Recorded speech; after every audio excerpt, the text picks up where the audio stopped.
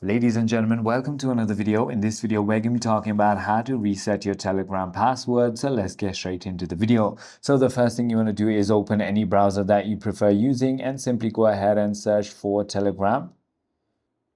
Log in. Once you've done that, simply go ahead and tap on the first link.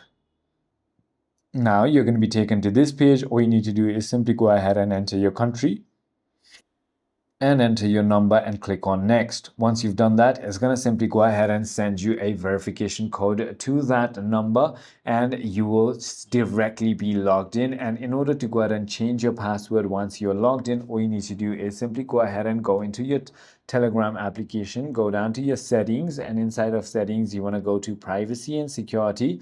And now this is where you want to simply go ahead and go to two-step verification that you want to turn on right over here. This is where you can set additional password.